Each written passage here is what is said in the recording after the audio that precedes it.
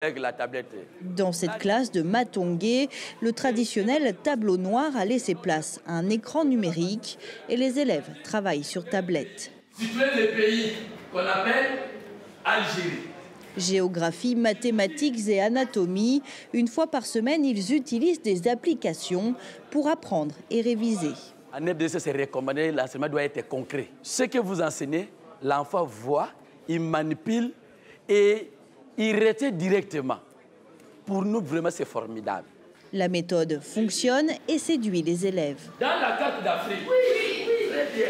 Pour son concepteur, rien de mieux que de plonger les enfants au marché ou les faire manipuler les francs congolais pour leur apprendre à compter. L'apprenant se retrouve dans des scènes de vie locales, celles auxquelles il est habitué, et en même temps, il peut basculer dans la langue qu'il maîtrise le mieux. Ça peut être le français en République démocratique du Congo, le lingala, le chiluba, le swahili, le kikongo, qui sont les langues nationales.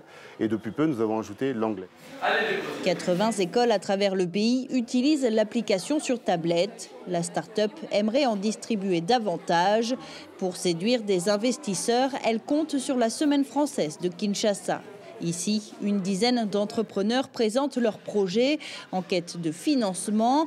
Michel propose des formations gratuites pour les instituteurs de maternelle. Sans financement, ce n'est pas possible. D'où notre cri d'alarme. Les gens pourraient financer l'éducation de la petite enfance et on aura moins de problèmes dans le pays parce que le jeune enfant aura été bien formé dès la base. Le gouvernement congolais a octroyé 13% de son budget à l'éducation, insuffisant selon les professionnels du secteur. Si ces entrepreneurs comptent sur des partenaires extérieurs, rares sont ceux qui investissent dans l'éducation. La part belle revient aux télécoms et au pétrole.